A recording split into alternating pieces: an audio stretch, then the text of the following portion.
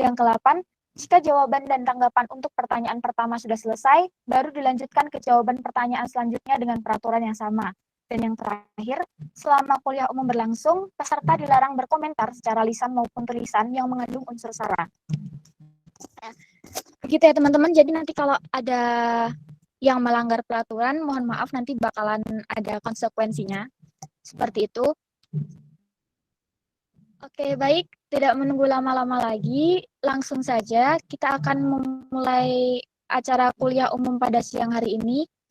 Dari acara yang pertama yaitu pembukaan. Sebelum kita membuka acara pada siang hari ini, malah kita buka dahulu dengan berdoa menurut agama dan keyakinan kita masing-masing. Berdoa dimulai. Amin. Berdoa selesai. Langsung saja kita masuk ke dalam susunan acara yang kedua, yaitu pemaparan materi. Kepada Bapak Puji, dipersilakan.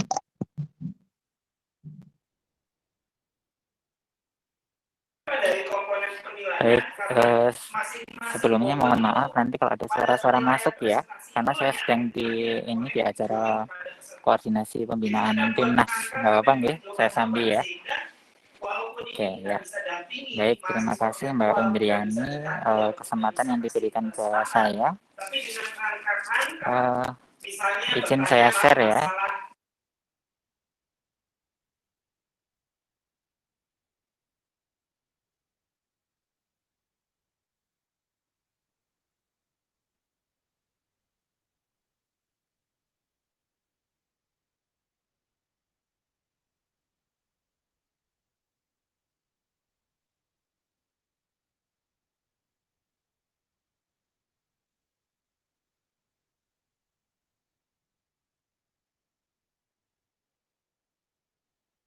Waktu yang ketujuh, komunikasikan dengan tuan rumah. Kebetulan UEG dan UGM kan dekat sekali.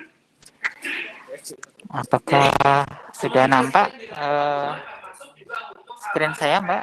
Sudah Pak. Sudah Oke, masuk, oke. Pak. Oke, terima kasih ya. Jadi hari ini kita akan banyak bicara tentang tugas akhir skripsi, khususnya untuk mahasiswa prodi pendidikan fisika ya, karena sesi ini difokuskan untuk mahasiswa prodi pendidikan fisika. Nah,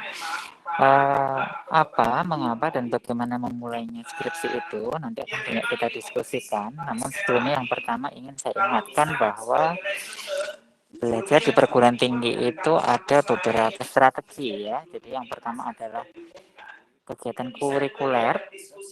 Ini berupa kegiatan akademik, kuliah, berupa kelas klasika atau daring ya sekarang. Dan juga ada kegiatan kurikuler.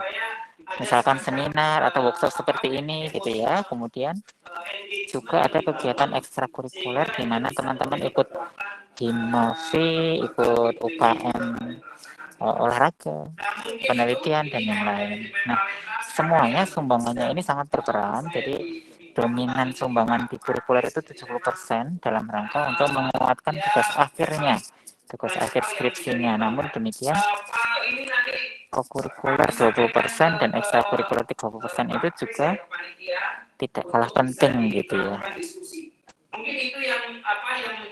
Oke, kemudian banyak kategori sukses yang didefinisikan oleh mahasiswa. Jadi yang IP-nya lebih dari 3, yang bisa berkomunikasi baik secara lisan dan tulisan dengan baik seperti Mbak Indriani tadi gitu ya.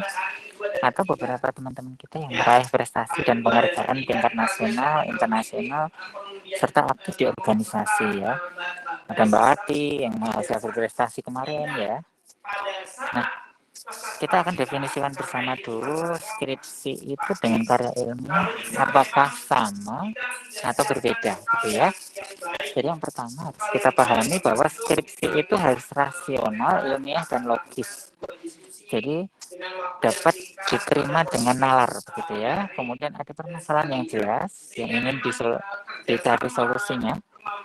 Kemudian ada tujuan yang terukur, jadi berhasil atau tidak begitu, apakah ditemukan korelasi, kemudian ditemukan pengaruh, efektivitas dan yang lain. Kita akan banyak diskusi nanti di situ.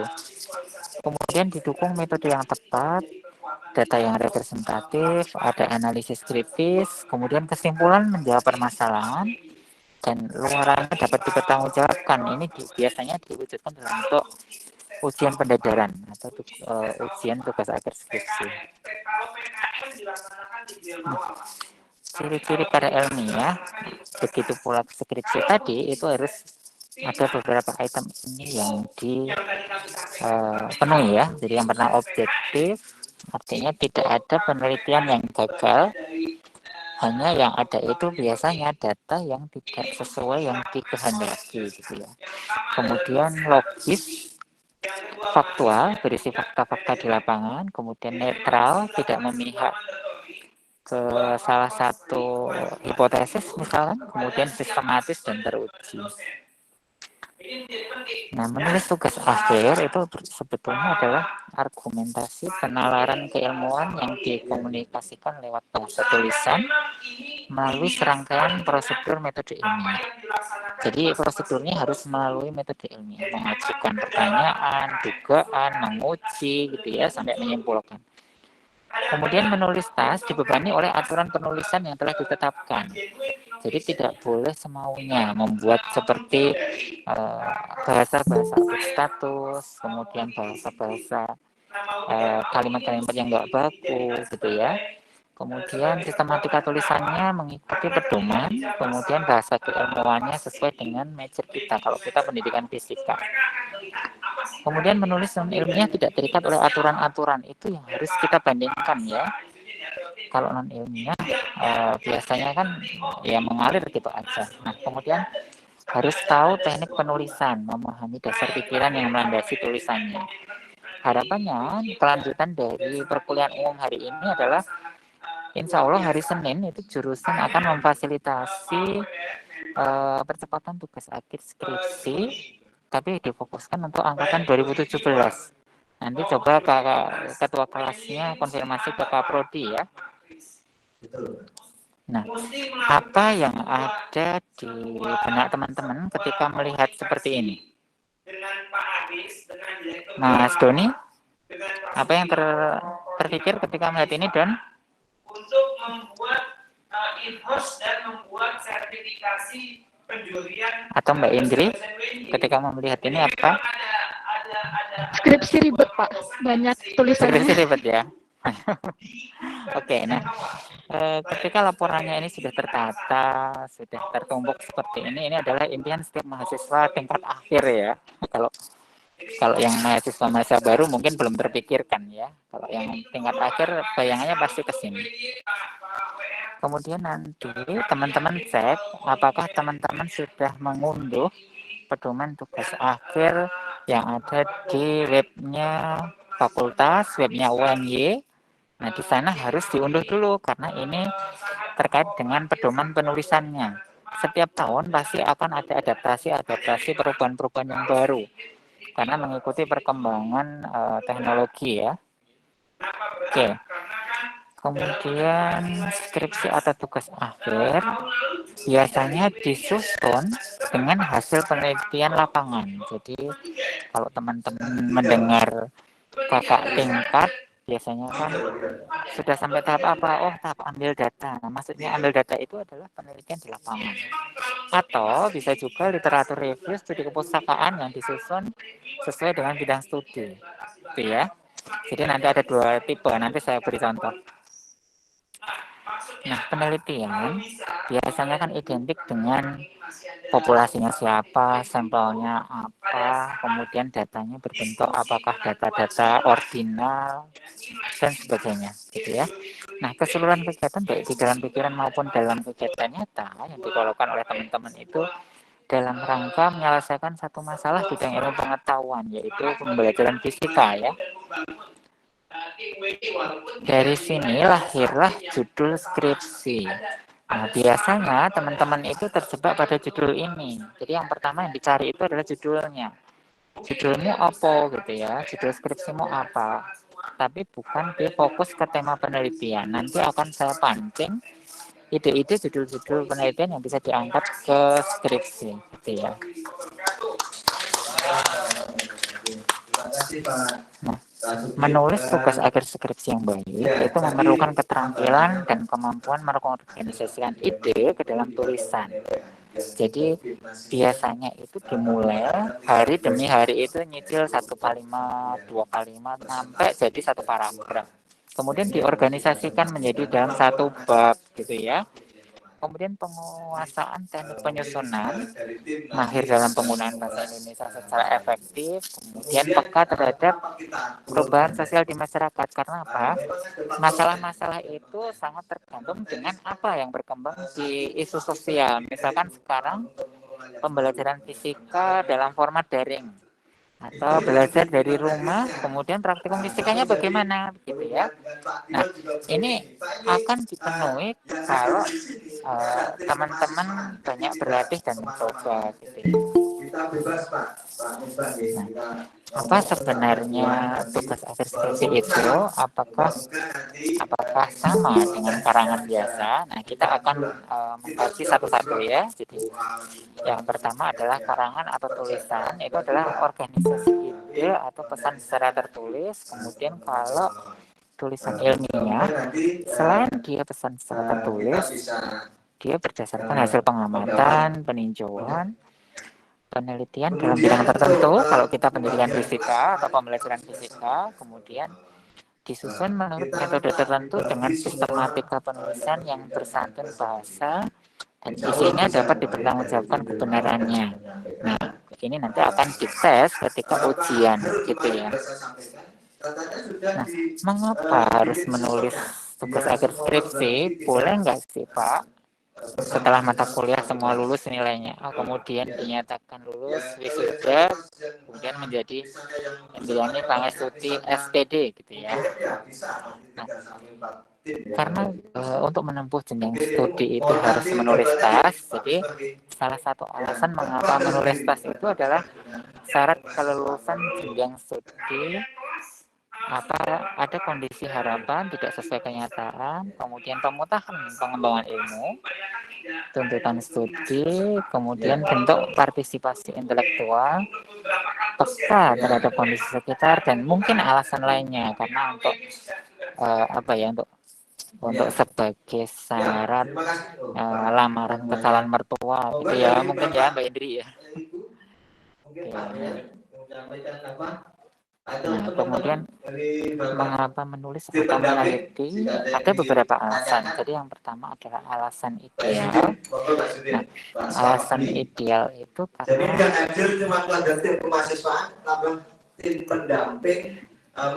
alasan idealnya itu adalah kontribusi pada impact. Kemudian kalau alasan teknis itu adalah dasar penelitian selanjutnya. Jadi harapannya setelah dari skripsi ini bisa dilanjutkan ke penelitian-penelitian berikutnya.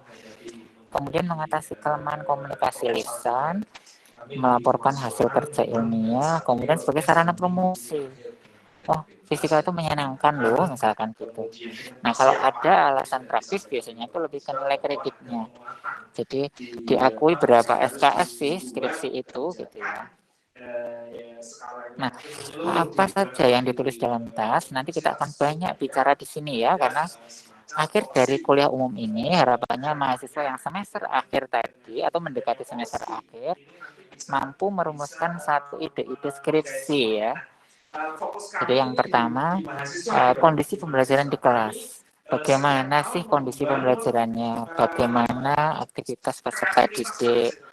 Bagaimana keterampilannya? Kemudian aktivitas di laboratorium.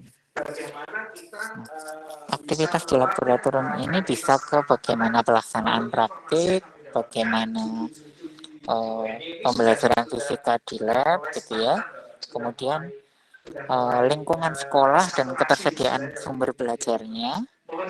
Bisa juga fenomena aktivitas peserta didik, kemudian kesenjangan harapan dan kenyataan, gagasan sebagai solusi permasalahan, bisa juga inovasi dalam pengembangan media, tes, sistem belajar, dan lain-lain. Nah, di mata kuliah media berbasis komputer, kemarin sudah presentasi separuh kelas, saya amati itu sangat potensial untuk dikembangkan ke skripsi gitu ya.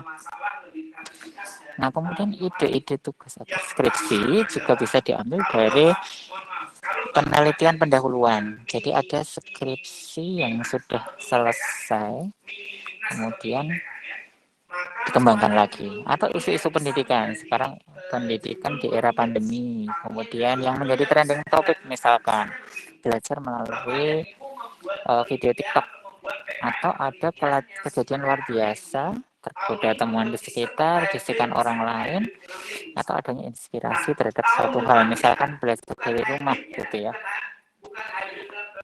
Nah, mengapa ide sering macet? Ini sering kali dialami oleh teman-teman bahwa memandang dosen itu selalu benar dan mahasiswa selalu salah gitu ya.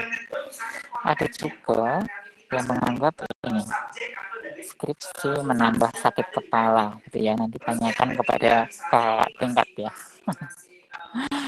Kemudian ada dua perdebatan biasanya ini kalau biasanya kemana-mana berdua, kemudian dia lebih fokus ke skripsi, akhirnya terjadi KDRT di situ, kekerasan dalam hubungan antara mahasiswa, seakan-akan milih skripsi daripada pertemanan yang biasa pergi ke tempat-tempat yang dikunjungi bersama gitu ya.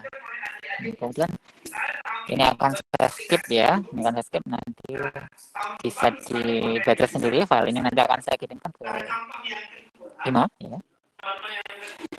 Nah, hanya kata kuncinya ketika menggali ide itu adalah teman-teman perlu mengetahui tempat atau situasi di mana teman-teman itu sadar kalau saya di suatu tempat itu. Jadi kita tidak perlu jadi orang lain untuk sukses gitu ya. Jadi diri kita sendiri gitu. Kalau kita ke warung burjo idenya mau lebih muncul ya ke burjo. Kalau dengar lagu Korea, nonton film Korea, drama Korea lebih muncul ya ikuti gitu ya. Oke, kemudian kategori ide ini sering saya sampaikan, saya skip aja. Nah, kita harus mulai dari 5 pertanyaan mendasar. Jadi apa yang menjadi masalah di dalam skripsi ini yang akan diteliti? Yang kedua, mengapa masalah itu kita angkat sehingga itu penting gitu. Kemudian bagaimana akan dilakukan, apakah eksperimen, pengembangan, apakah survei gitu ya. Kemudian kapan akan dilakukan, sesuaikan dengan materi itu diajarkan di sekolah kapan gitu ya. Kemudian sumber daya apa yang diperlukan, apakah kita punya cukup skill untuk mengembangkan media animasi, waktunya bagaimana, apakah sesuai dengan semester yang diajarkan, kemudian biaya, apakah kalau penelitian ini saya lakukan membutuhkan biaya yang cukup, biaya yang membengkak gitu ya. Kemudian apa ini adalah ide-ide tema masalah apa, apakah pokok bahasanya besaran dan satuan, sudut dan kolor, gerak lurus dan yang lain.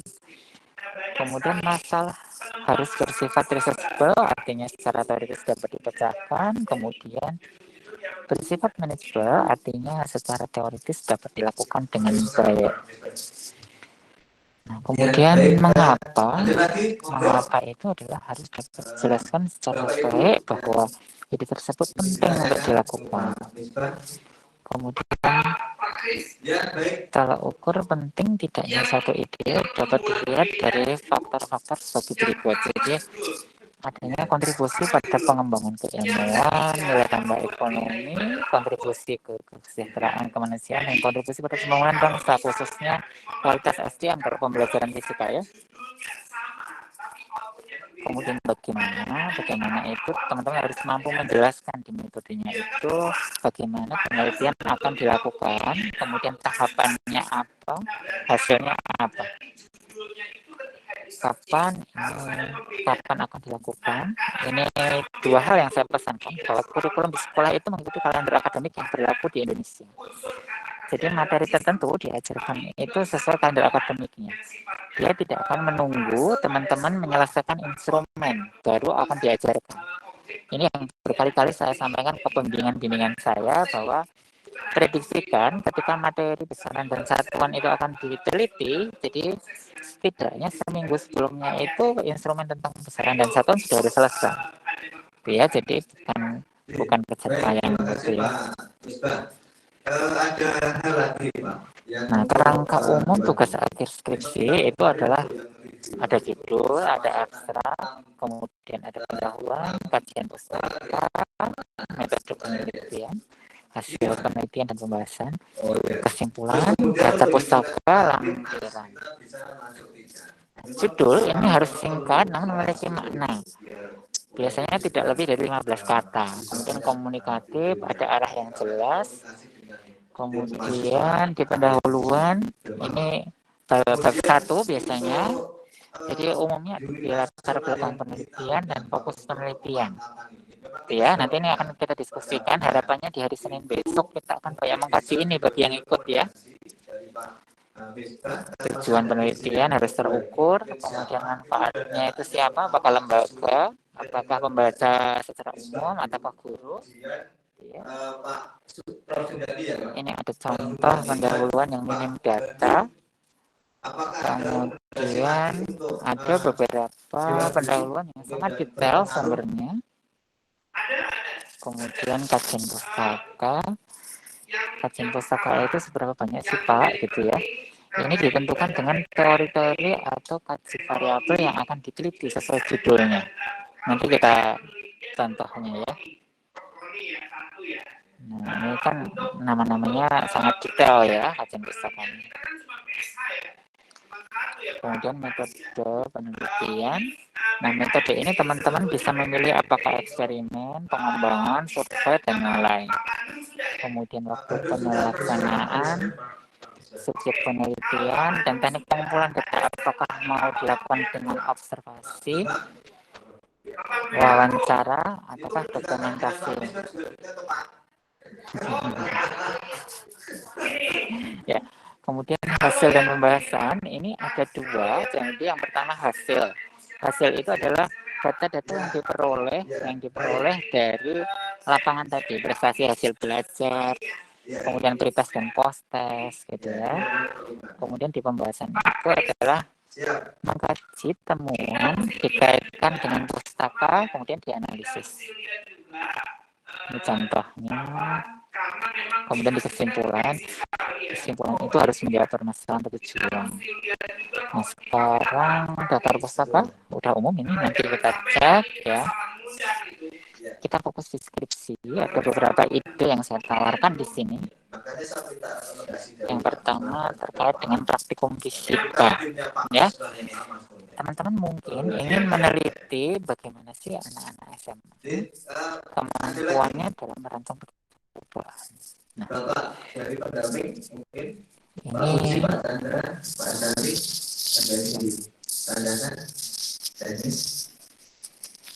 ya, saya kira itu Pak kemampuan merancang percobaan itu biasanya adalah anak-anak SMA itu kan biasanya kalau praktikum sudah disediakan panduannya ya. Nah ini belum banyak loh yang meneliti, jadi teman-teman bisa meneliti kemampuan merancang percobaan anak-anak SMA bagaimana itu. Kemudian keterampilan anak-anak dalam pengukuran menggunakan alat ukur gitu ya. Kemudian praktikum fisika bagi siswa anak berkebutuhan khusus, ini masih sangat jarang orang-orang meneliti ini untuk skripsi. Nanti bisa diskusi dengan saya. Nah, kemudian kalau tertarik dengan evaluasi atau penilaian, teman-teman bisa mengembangkan alat ukur untuk mendeteksi miskonsepsi atau mengembangkan tes untuk mengetahui kemampuan interpretasi gambar atau grafik pada siswa-siswa SMA atau SMK ya. Karena kemampuan memahami gambar ini masih sangat sedikit yang meneliti ya. Kemudian pengembangan diagnostik tes. Diagnostik tes itu semacam kemampuan mendiagnosa bagaimana sih pemahaman mereka tentang satu materi gitu ya. Ini kalau yang tertarik tentang evaluasi.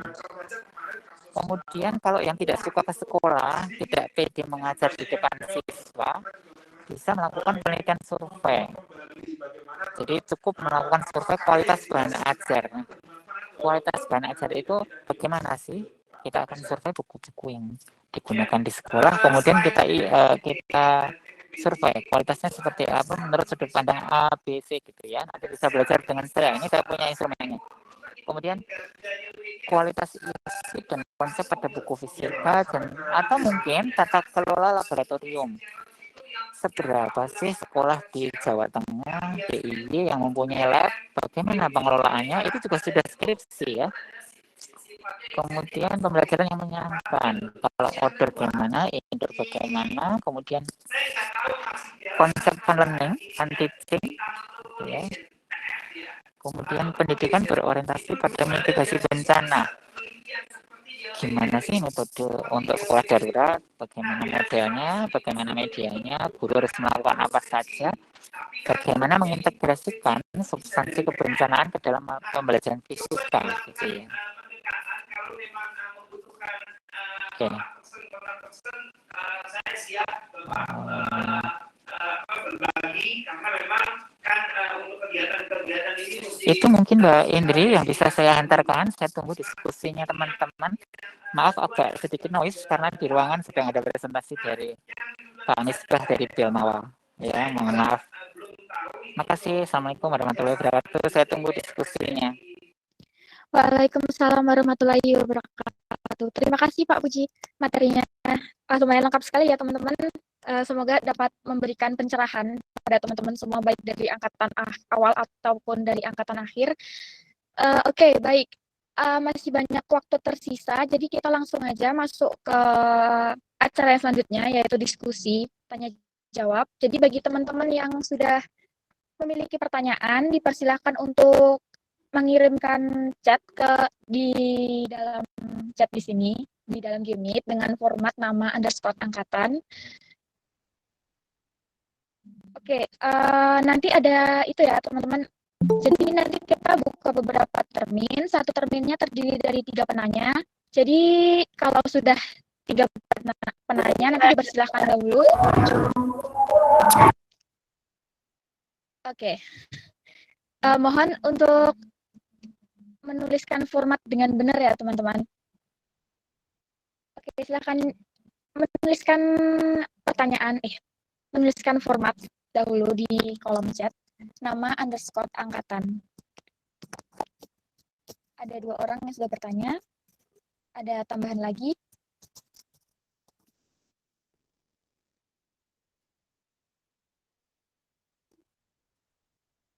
Oke, saya akan menunggu selama 1 menit kalau ada pertanyaan lagi dari teman-teman. Untuk teman-teman yang ada di room kedua, kalau ingin bertanya silahkan langsung saja tulis formatnya di dalam kolom chat room kedua, yaitu nama _ angkatan, nanti akan disampaikan di room utama. Oke, baik, sudah ada 3 penanya. Langsung saja teman-teman, bagi nama yang saya sampaikan nanti, silahkan open mic dan open kamera supaya kita dapat melihat berkomunikasi secara enak ya. Dan silahkan menyampaikan pertanyaannya secara lisan. Baik, termin pertama sudah ada 3 penanya. Yang pertama ada Atinur Aulia Rahmah, angkatan 2018. Silahkan menyampaikan pertanyaannya. Oke, terima kasih Mbak Indri. Assalamualaikum Pak Puji. Bapak, saya mau bertanya. Kalau saya kan sekarang angkatan 2018, berarti kan ya KKN PK-nya juga mungkin tahun depan. Terus saya melihat kakak tingkat saya itu KKN PK dan skripsinya itu berbarengan. Kira-kira Pak, apakah Bapak ada tips dan trik gitu Pak supaya bisa langsung jalan ngambil datanya tuh gampang sekaligus 3 sekaligus itu Pak. Jadi sekali mendayung 2-3 pulau terlampaui seperti itu Pak, kurang lebih. Terima kasih Pak Puji, terima kasih Indri. Oke, baik, terima kasih kembali Mbak Ati. Langsung saja ke pertanyaan kedua. Jadi nanti kita sampaikan 3 pertanyaan terlebih dahulu, baru akan dijawab oleh Pak Puji. Atau bagi teman-teman yang ingin berdiskusi juga silahkan. Yang kedua ada Kesna dari angkatan 2017. Dipersilakan. Assalamualaikum warahmatullahi wabarakatuh.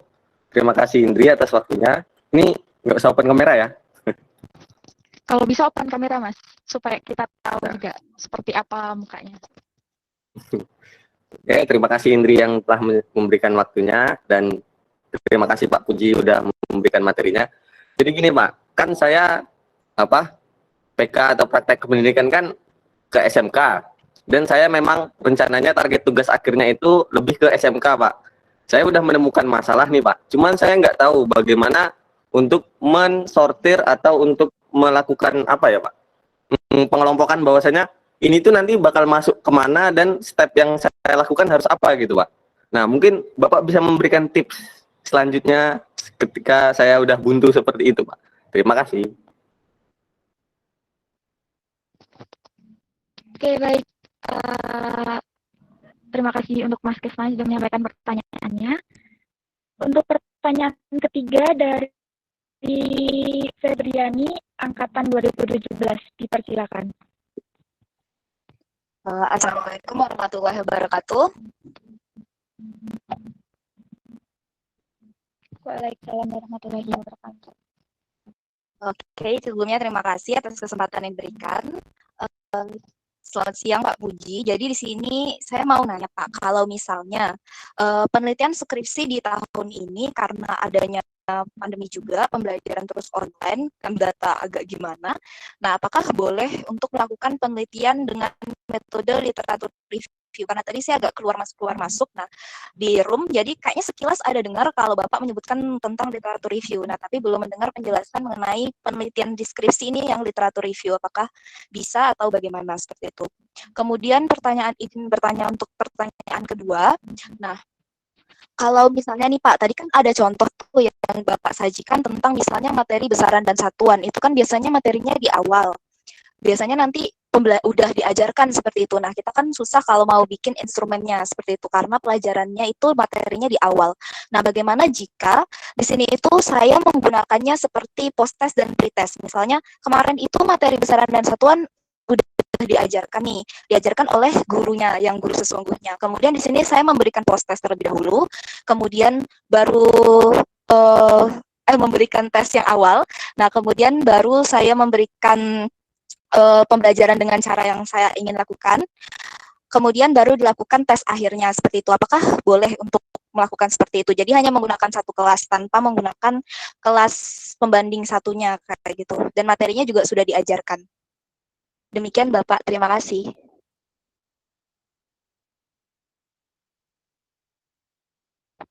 Baiklah, terima kasih untuk Mbak Febriani yang sudah menyampaikan pertanyaannya. Langsung saja kepada Pak Puji, saya persilakan untuk menjawab pertanyaan dari teman-teman yang sudah bertanya. Oke, baik. Terima kasih tanggapannya teman-teman. Yang ada Ati, ada Mas Kesna yang sudah lama sekali saya nggak ketemu ya, sehat-sehat ya. Biasanya kita diskusi di lab ini, udah lama sekali nggak ketemu. Tambah cakep pokoknya.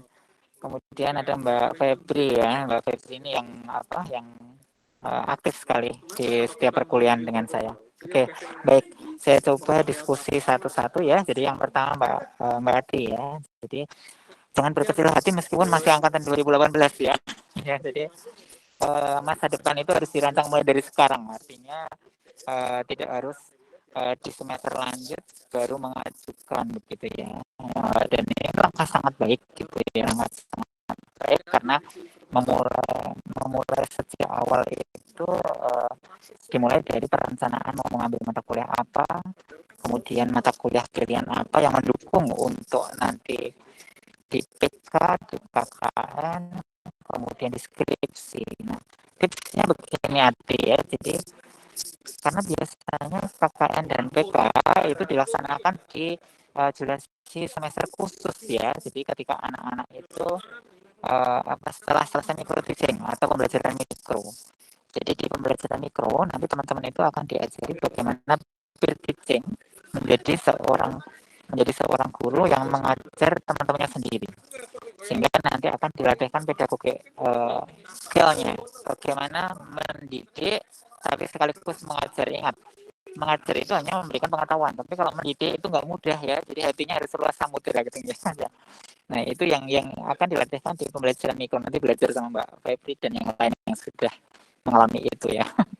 Oke, nah tipsnya begini, ketika pembelajaran mikro itu sedang ditempuh, kemudian sudah merasakan praktik mengajar untuk topik tertentu, karena biasanya diberi kesempatan 3 sampai 4 kali tampil, minimal ya, itu minimal, karena semakin banyak tampil itu semakin bagus, artinya skillnya makin terasa gitu ya. Nah kemudian ketika sudah merasakan itu, tentunya sudah mulai berpikir, oh kok sulit banget ya mengajarkan materi tentang ini, saya butuh media apa begitu ya, sehingga mulailah dari situ, berangkat dari situ, sehingga nanti prediksi. Biasanya diminta observasi, itu nanti observasi ke sekolah yang akan digunakan untuk PK. Nah itu sambil diskusi dengan gurunya, Bu, saya nanti akan ditugasi di kelas berapa begitu ya, karena itu akan menentukan kalau ingin 2-3 pulau terlampaui tadi gitu ya. Jadi ketika sudah tahu bahwa ketika nanti akan mengajar di kelas 10 misalkan, nah kelas 10 itu pas bulan Agustus itu kira-kira materinya apa, dari situ kita akan siap-siap instrumennya, sehingga instrumen itu mulai disusun dari ketika teman-teman mengikut teaching sambil mengajukan rancangan judul skripsi ke Kaprodi. Nah kalau sudah di ACC nanti akan diskusi dengan pembimbing bentuk instrumennya, sehingga ketika pembelajaran kan saya bilang sebelum penelitian instrumen sudah harus fix gitu ya, sehingga tidak kaget gitu, artinya aduh materi harus menunggu dulu karena artisnya belum datang, nggak mungkin ya. Jadi sekolah tetap berjalan kan ya kan. Jadi itu maksud saya, jadi ketika pembelajaran mikro itu sambil diskusi instrumen, nanti di ACC kemudian validasi cukup ke dosen pembimbingnya, sehingga itu akan membantu memudahkan teman-teman, dan pembimbing skripsi sekarang hanya 1 tidak 2, sehingga lebih fokus ya, lebih fokus. Itu tipsnya ya. Jadi ketika instrumen sudah jadi, nanti ketika mengajar katakanlah topiknya nggak besaran dan satuan, tapi setelahnya mungkin ya nggak apa-apa, nanti minta action ke gurunya, Bu nanti setelah saya PK saya akan menggunakan sekolah ini sebagai mitra untuk meneliti skripsi gitu, sehingga setidaknya sudah hafal karakteristik siswanya kan, sudah tidak dipanggil sebagai mbak PK gitu ya, mbak PPL atau apa, tapi sudah familiar dengan lingkungannya. Itu ya tipsnya ya. Nah jadi KKN biasanya kan juga di situ, di lingkungan sekolah situ atau daerah situ.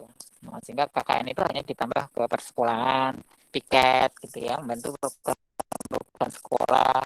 Nah itu yang harapannya akan makin menguatkan analisismu tentang lingkungan sekolah gitu ya, bagaimana karakteristik sekolah, ketersediaan sumber belajarnya gitu ya, sehingga skripsinya nanti lebih matang gitu ya, singkat Iya Pak sampai Puji, 2-3 pulau makasih tadi ya. banyak. Sehingga nanti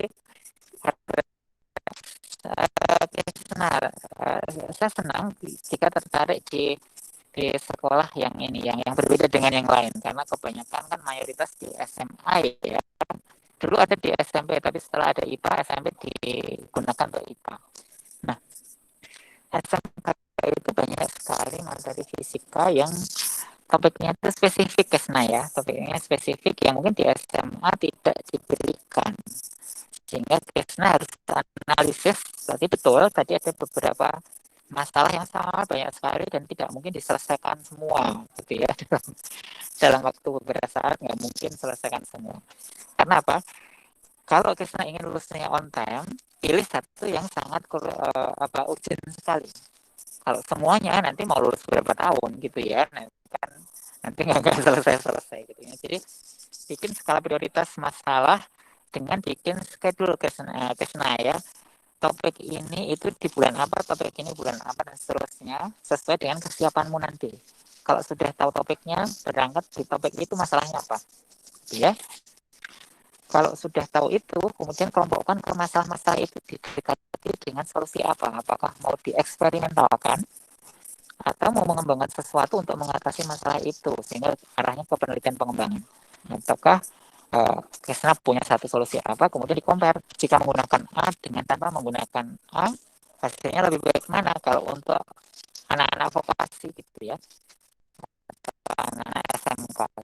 Dan SMK itu muatannya biasanya fisika itu tidak sebanyak di SMA, karena dia lebih banyak ke praktis-praktisnya ya, praktis ada mekanika, gambar teknik kan biasanya gitu ya di sana. Oke, kemudian mudah-mudahan menjawab ya ke sana ya. Nanti diskusi lebih lanjut setelah ini deh ya, saya boleh. Oke, kemudian Mbak Febri menarik sekali. eh, Literatur review memang selama ini sangat disarankan di era pandemi ini, tetapi kita harus menyamakan persepsi dulu dengan Kaprodi ya Mbak Febri ya. Jadi Senin itu rencana saya akan mengundang Pak Kaprodi untuk mendiskusikan ini. Karena literatur review itu kan ada format yang harus disepakati bersama. Sejauh mana kita boleh literatur review, naratif review, kemudian kedalaman materinya apa gitu ya. Nah, sebetulnya itu sangat boleh jika Mbak Febri sudah punya data-data sekunder jadi penelitian-penelitian selanjutnya. Sebetulnya penelitian sederhana itu begini Mbak Febri. Ambil satu contoh. Tren penelitian anak-anak pendidikan fisika 10 tahun terakhir. Mbak Febri cuma duduk manis di perpustakaannya fisika, mengumpulkan abstrak-abstrak penelitian skripsi yang sudah ada, kemudian golongkan. Yang selama ini meneliti pengembangan itu berapa orang, yang eksperimen berapa orang, yang survei berapa orang. Kemudian kaji lagi topiknya. Selama ini cenderung meneliti topik fisika apa? Apakah suhu kalor, besaran satuan, apakah gerak, atau yang lain gitu ya. Sehingga nanti akan dapat satu hasil rekomendasi. Tanpa harus pergi ke sekolah, di situ duduk manis, sudah dapat data banyak itu Mbak Febri ya, 10 tahun terakhir. Karena itu temuannya itu sangat menarik untuk dijadikan rekomendasi bahwa topik-topik ini itu sudah diteliti, ini belum, materi apa yang belum gitu ya. Nah, kemudian terkait dengan yang satu kelas tadi itu sangat tergantung ini diskusinya dengan pembimbing ya. Kalau pembimbingnya dengan saya nggak apa-apa, satu kelas nggak apa-apa, bahkan kalau itu ABK anak berkebutuhan khusus sampelnya satu aja kalau saya izinkan. Misalkan tunanetra kebetulan dia low vision begitu, kemudian ingin mengajarkan pengukuran gitu ya. Nah itu sangat-sangat boleh Mbak Febri, nggak apa-apa ya. Itu ya sementara Mbak Indri nih, mudah-mudahan memberikan sedikit gambaran. Terima kasih Bapak. Oke, baik. Terima kasih Pak Puji yang sudah menjawab pertanyaan dari teman-teman peserta. Baik, dari teman-teman penanya tadi, adakah yang masih mau ditanyakan lagi atau mau didiskusikan kembali?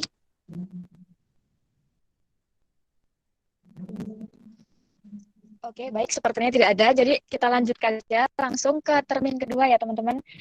Oke, termin kedua. Oh, ada. Mas Kesna, bagaimana, Mas? Silakan, boleh disampaikan langsung saja. Oke, terima kasih Mbak Indri. Jadi seperti ini Pak, yang Bapak katakan itu SMK yang di zaman sebelumnya Pak. Tapi SMK yang zaman sekarang, yang setelah saya rasakan ini, kita malah terlalu banyak materi di kelas 1. Jadi ada sekitar 8 bab yang memang ya berbeda daripada SMA. Kalau bahkan ada pelajaran kelas 2 yang masuk ke pelajaran kelas 1 karena sistem SMK kan sekarang hanya kelas 1 yang belajar fisika gitu Pak. Nah, oleh sebab itu kan permasalahan utamanya itu bukan dari babnya Pak, cuman dari jumlah yang ini itu sepertinya kebanyakan gitu Pak. Makanya saya sekarang bingung mau menggolongkan ini penelitian yang bagaimana. Seperti itu Pak. Oke, baik. Itu seperti yang saya sampaikan tadi, karena karakteristik SMK itu berbeda ya. Jadi mereka di kelas 11-12 itu nggak dapat fisikanya ya. Apalagi SMK yang 4 tahun ya. Biasanya mereka hanya dapat di tahun pertama dan materinya hanya terbatas yang 8 tadi ya, sekitar 8 bab tadi. Nah, mungkin yang dimaksud Mas Kesna itu, mengapa sih kok kelas 11-12 tidak dapat ya? Karena itu kebijakannya Direktorat Pembinaan SMK ya. Jadi kita nggak bisa ngotak-atik kalau itu Kesna. Nah, yang bisa kita lakukan adalah dari 8 itu Kesna teliti apa yang sering masih lemah gitu ya, apa yang sering lemah di antara 8 itu. Kemudian kalau sudah kedeteksi nanti diwawancara dengan guru dulu. Di antara 8 itu biasanya yang mereka rendah capaian hasilnya itu yang mana. Baru dari situ kita temukan solusinya bersama. Oh, ini akan saya setting dengan pembelajarannya begini begitu. Atau saya bantu dengan media apa gitu. Gitu ya, mudah-mudahan ada gambaran ya. Ya, Pak. Oke. Oke, baik. Sudah tidak ada lagi yang ingin ditanyakan dari teman-teman yang tadi bertanya.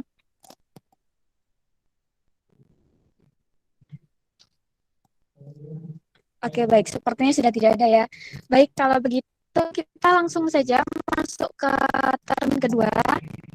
Sama seperti tadi, teman-teman yang ingin menanyakan pertanyaan, silahkan menuliskan format nama underscore angkatan di kolom komentar, di kolom chat.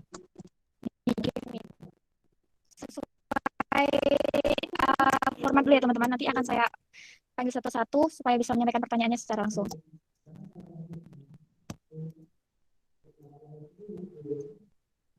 Termin kedua akan dibuka 3 pertanyaannya teman-teman. Ini sudah ada 2 penanya, tapi tolong yang bertanya kepada Mbak Fitri Nur Hidayati, tolong dituliskan sesuai format ya Mbak. Oke, baik. Sudah ada 3 penanya. Pertama dari Ilavi, angkatan 2018. Dipersilahkan menyampaikan pertanyaannya.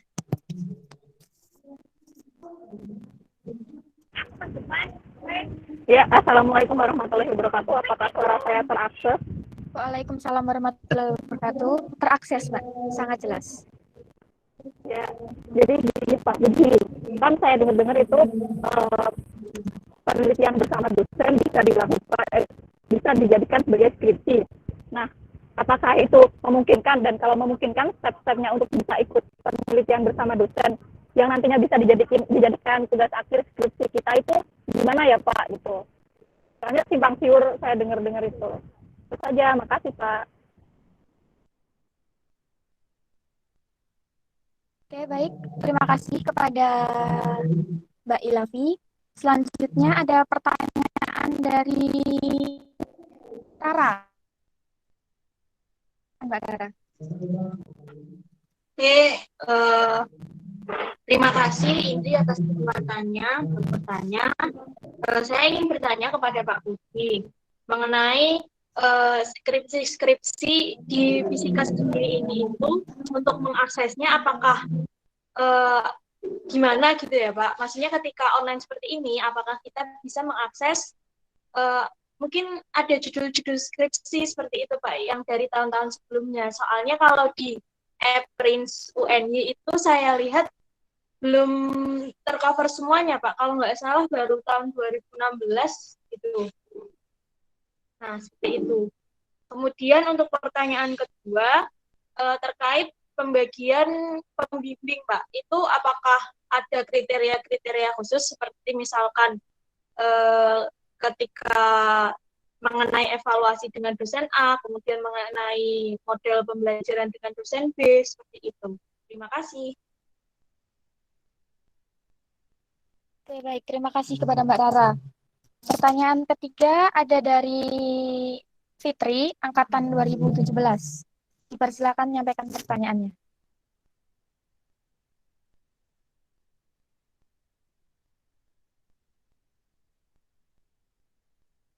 Karena harus menyesuaikan materi sini sekolah juga ya.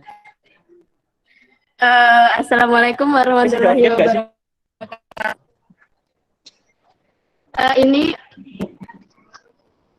baiklah, saya mau ini nanya ke Pak Budi. Sebelumnya terima kasih atas waktunya.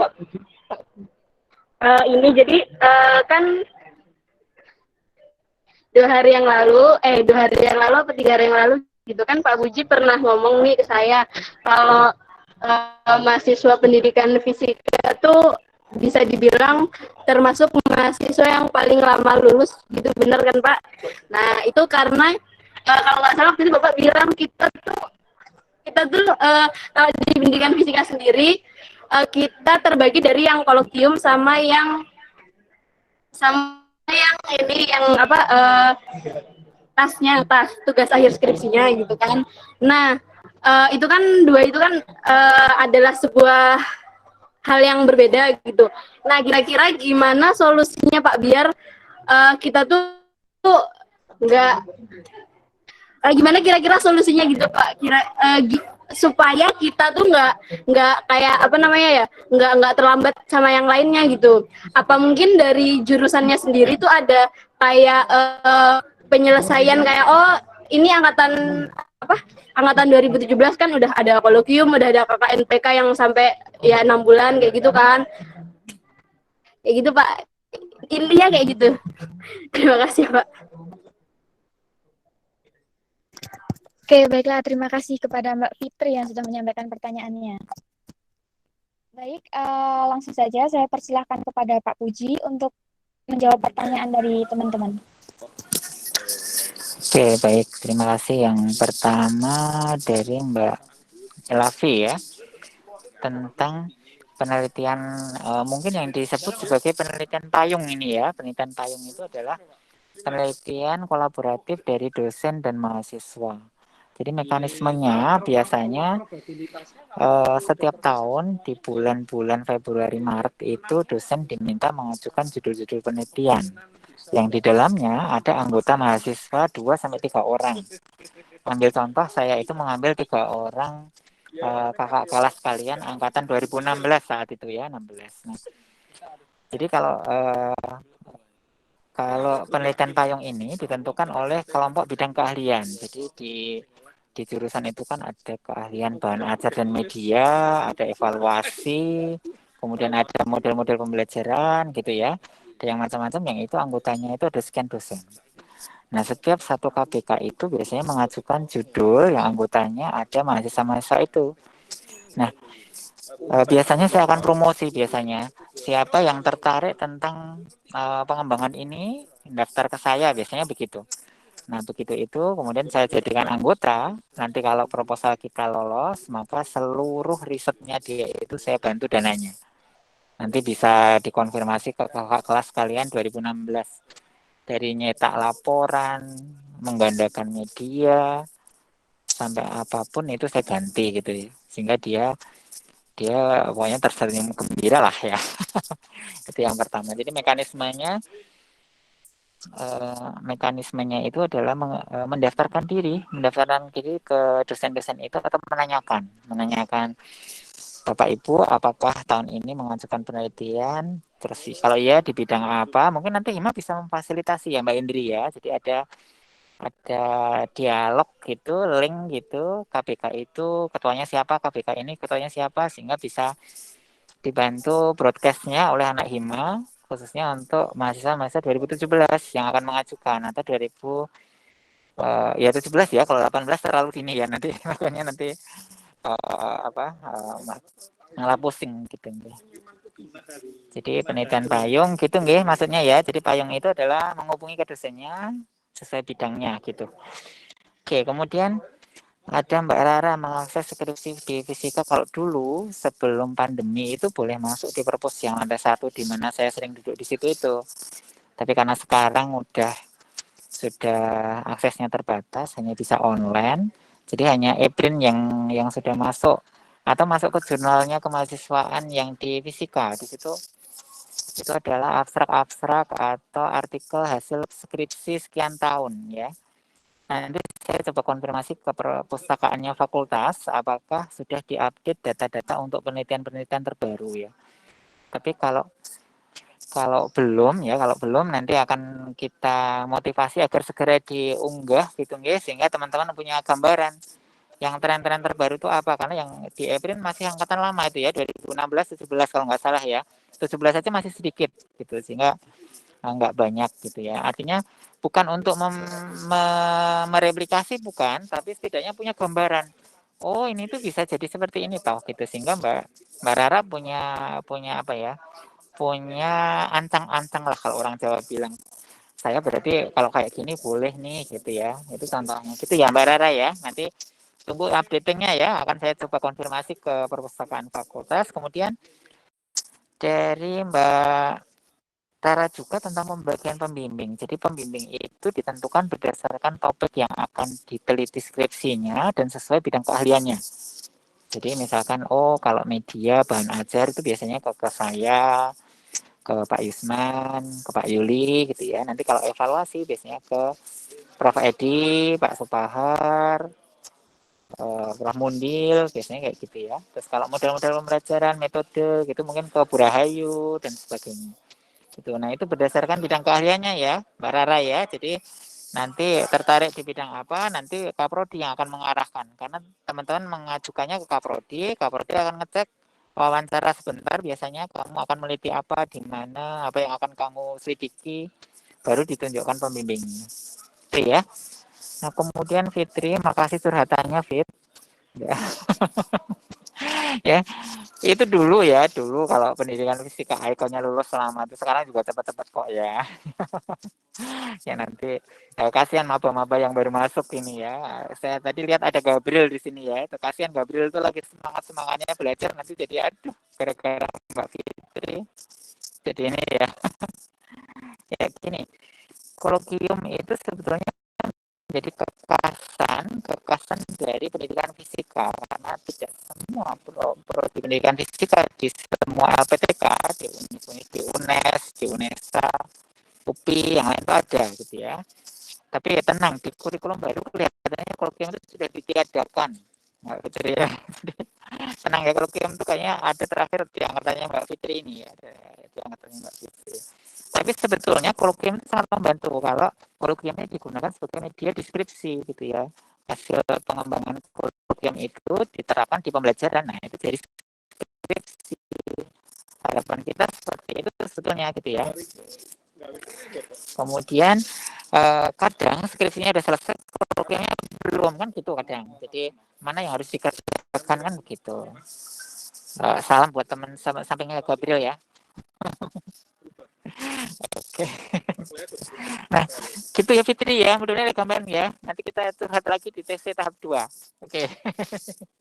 Makasih Mbak Indri. Baik, terima kasih Pak Puji yang sudah menjawab pertanyaan dari teman-teman peserta.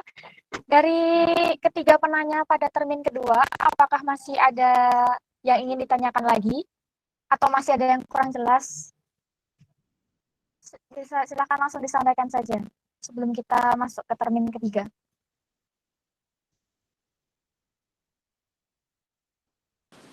Sambil menunggu yang ingin bertanya, sebetulnya saya punya usul kalau di bidang penalarannya Hima itu ada acara 2 mingguan sekali atau ya 2 mingguan lah ya. Kalau semingguan kayaknya terlalu padat. 2 mingguan sekali, kemudian live begini, kemudian acaranya misalkan gibah skripsi gitu. Nah, itu pasti pesertanya banyak sekali itu. Ya. Itu usul aja sih ya. Ya nanti bisa mengundang siapapun gitu. Yang sudah lulus, yang ada apa. Ya, baik Pak, nanti kami pertimbangkan untuk diadakan. Terima kasih Pak sarannya. Sepertinya ini dari teman-teman yang oke, sudah ya, baik. Kalau begitu, termin kedua saya tutup. Sekarang kita masuk ke termin ketiga. Apakah dari teman-teman masih ada yang ingin bertanya lagi?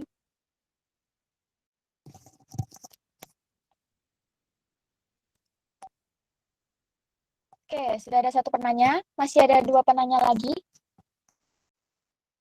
Silakan tuliskan format nama underscore angkatan di kolom chat. Teman-teman yang dari room kedua, kalau ada yang ingin ditanyakan, silahkan tulis saja juga di kolom chat room kedua. Nanti akan disampaikan di room utama. Baik, sudah ada 2 penanya. Masih adakah satu penanya lagi yang ingin mengajukan pertanyaannya?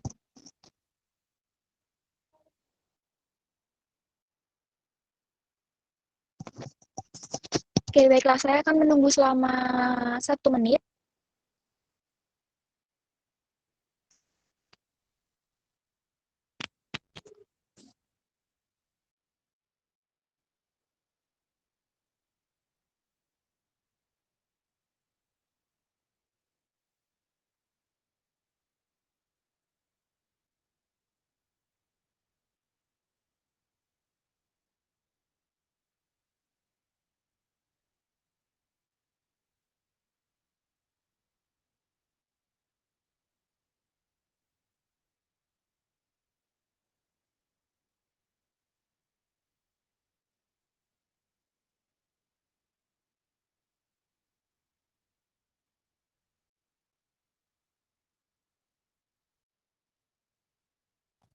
Oke, baiklah. 1 menit sudah berlalu dan sepertinya sudah tidak ada pertanyaan lagi ya di kolom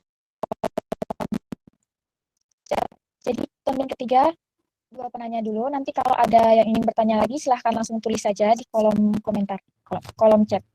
Baik, untuk Endang dari angkatan 2019, silakan untuk menyampaikan pertanyaannya.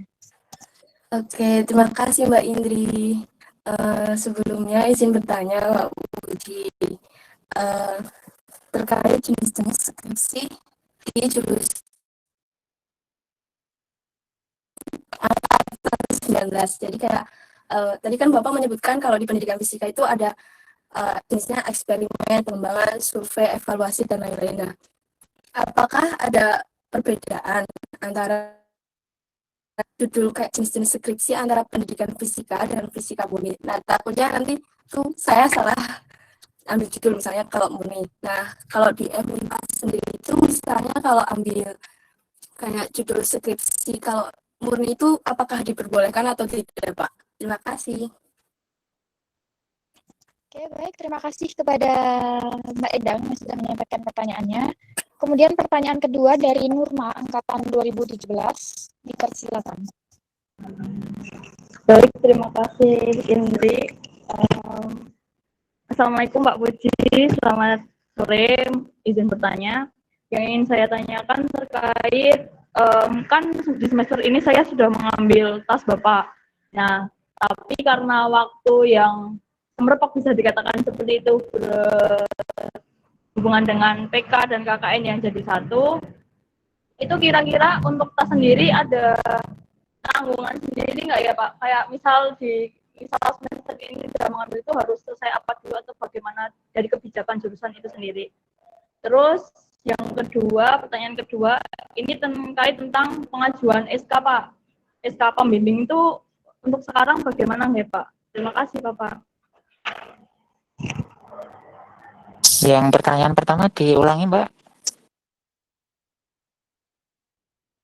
Oh, ya baik Pak.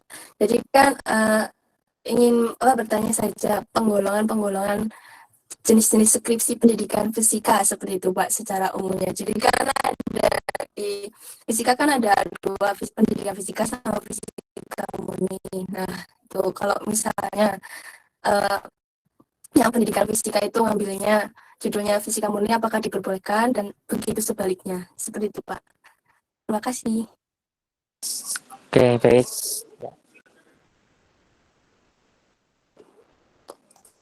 Oke, baik. Terima kasih kepada para penanya. Saya persilakan kepada Pak Puji untuk menjawab pertanyaan.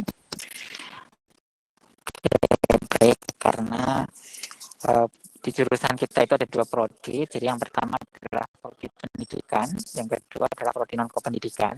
Jadi tugas akhirnya disesuaikan dengan prodinya, ya. Kalau yang prodi pendidikan khususnya terkait dengan bagaimana fisika itu diajarkan, pembelajaran fisika.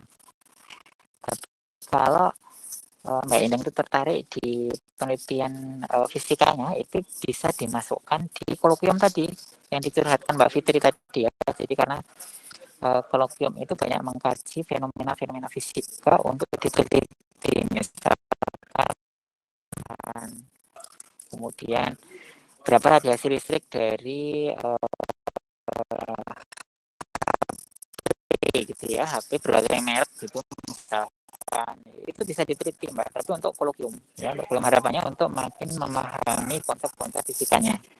Tapi kalau yang skripsinya pendidikan, ya harus di pendidikan bagaimana konsep fisika diajarkan gitu ya, baik di SMK, di SMA, atau di SMA luar biasa, atau di pendidikan non formal mungkin ya, gitu nggih. Jadi mudah-mudahan ada pemintanya, karena masih angkatan 2019, jadi masih ini mungkin masih, aduh saya tuh padahal pengen banget penelitian ini, tapi saya pendidikan gitu ya. Jadi nggak apa-apa, di pendidikan difasilitasi di kolokium atau di PKM, bahkan ya di PKM bisa.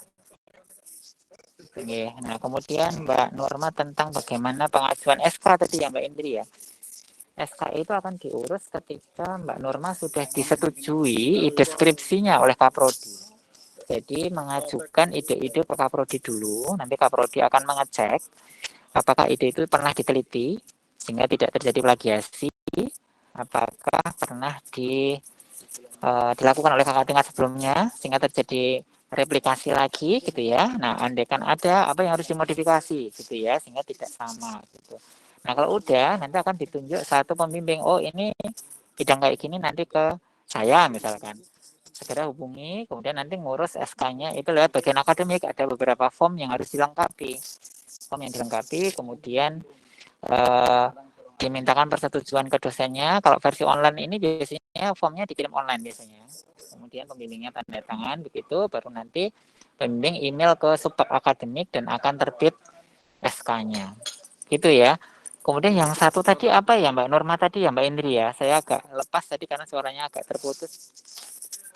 Oke, tadi terkait tanggungan Pak, kalau misal semester ini kan Mbak Nurma tadi sudah mengambil mata kuliah tugas akhir skripsi. Nah, bagaimana kalau ternyata semester ini tuh belum bisa selesai skripsinya? Oh, oke. Tapi tidak diniati ya, jangan diniati nggak selesai loh ya. Jadi gini, Iya Pak. kalau saat ini Mbak Nurma sudah mengambil, kemudian saya sering ketemu Mbak Nurma ini kok rajin kok orangnya pasti selesai ya. Jadi gini, skripsi itu kan variabelnya banyak ya. Kadang mahasiswa rajin, dosennya yang bukan enggak sih, kurang kooperatif maksudnya. Jadi saya WA Pak cuma di-read aja Pak, bayangkan Pak gitu misalkan ya. Kemudian saya email Pak nggak dibales gitu ya. Saya mencoba untuk menemui ke kampus tapi pandemi Pak nggak pernah tindak kampus gitu. Nah, aduh gimana saya harus gimana Pak? Apakah harus garuk-garuk aspal gitu ya? Nggak tentunya ya. Nah, apakah harus update di Instastory dan sebagainya? Enggak, gini. Penengahnya itu adalah Kaprodi. Biasanya kalau skripsinya belum selesai, nanti akan ambil lagi di KRS-nya, menuliskan kode mata kuliah skripsi, kode yang sama dengan yang pernah diambil. Tetapi pembimbingan tetap berjalan, begitu, ya, tetap berjalan. Kemudian nanti begitu mau ujian, tinggal ngurus bebas teorinya, kemudian ujian. Jadi nggak apa-apa, Mbak Nurma, nggak mengurus SK dari awal lagi, gitu ya, nggak mengurus SK dari awal lagi, tinggal melanjutkan aja. Nanti kan KRS tinggal skripsi yang belum keluar nilainya ya skripsi aja, gitu ya. Kayak gitu, sehingga itu tadi diskusi seperti ini atau gibah tentang skripsi ini tuh sangat perlu sebetulnya untuk memotivasi teman-teman yang sangat sulit untuk ke kampus karena beberapa hal ya pandemi ya agak-agak malu karena temannya udah pada lulus ya sudah nggak ada teman segengnya lagi gitu ya. Jadi nanti Hima bisa memfasilitasi mungkin ya dua mingguan begitu, nanti bisa kontak saya atau kontak Bapak Ibu dosen yang lain, sekedar sharing-sharing misalkan tema-tema skripsi atau bagaimana metode-metode skripsi yang bisa diambil gitu ya, sehingga akan nambah wawasan bagi yang sedang skripsi atau akan menambah semakin jelasnya bagi adik-adik yang mempersiapkan nanti untuk skripsi gitu ya. Gitu ya Mbak Norma nggih. Baik Pak, terima kasih sudah memberikan penerangan Pak. Sehat-sehat nih Pak Puji. Oke, alhamdulillah, ditunggu ya. Iya Pak. Oke, baik. Terima kasih Pak Puji. Baik, dari dua pertanyaan tadi, apakah masih ada yang ingin dilanjutkan lagi atau masih ada yang kurang jelas?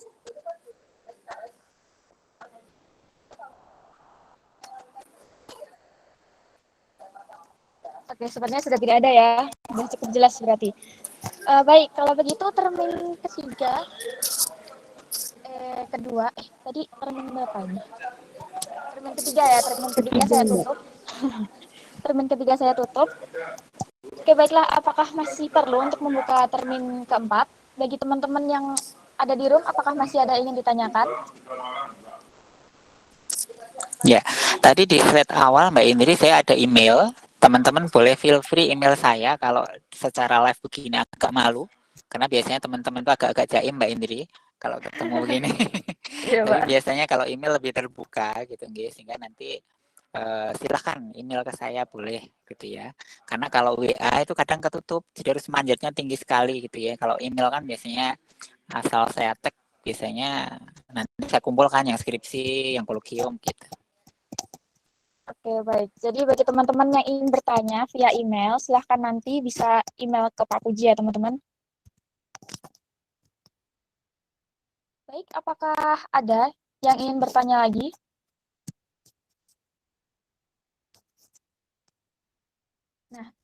Tuh, emailnya sudah ada di kolom komentar, silahkan disalin atau di screenshot supaya nggak lupa nanti.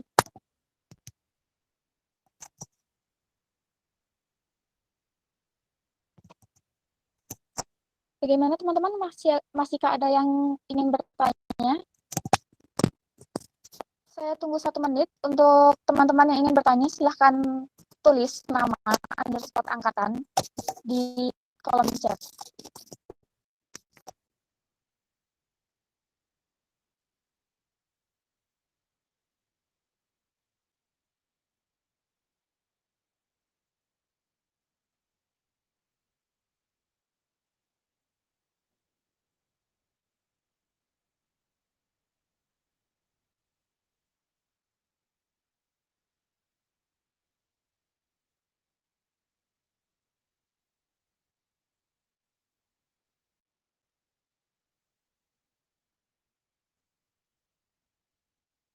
Oke, baik. Sepertinya sudah tidak ada yang ingin bertanya. Kalau begitu, sesi diskusi saya tutup. Bagi teman-teman yang masih ingin bertanya, nanti bisa sampaikan via email ke emailnya Pak Puji, pujianto@unj.ac.id, atau bisa disampaikan ke teman-teman panitia, nanti kami yang menyampaikan Pak Puji. Oke, baik. Memasuki acara selanjutnya, yaitu dokumentasi acara. Baik, bagi teman-teman dipersilakan untuk mengaktifkan kameranya, dan kami akan memberikan aba-aba untuk mengambil foto teman-teman. Baik, kepada teman-teman, kita on cam dulu.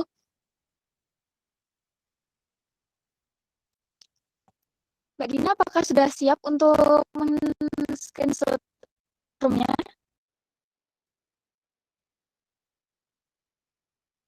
Oke, baik-baik.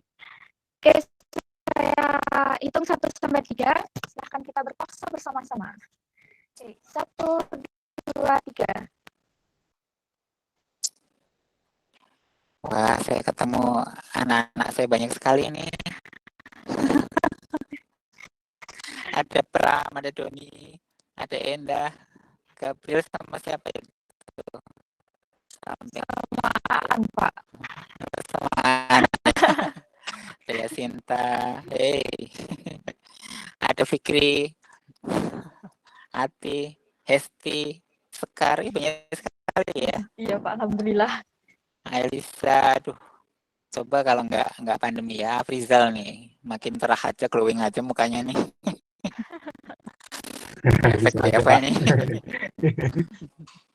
Oke, baik. Kita ambil foto sekali lagi ya, mungkin, Mbak Dina. Oke, saya beri aba-aba. 1, 2, 3.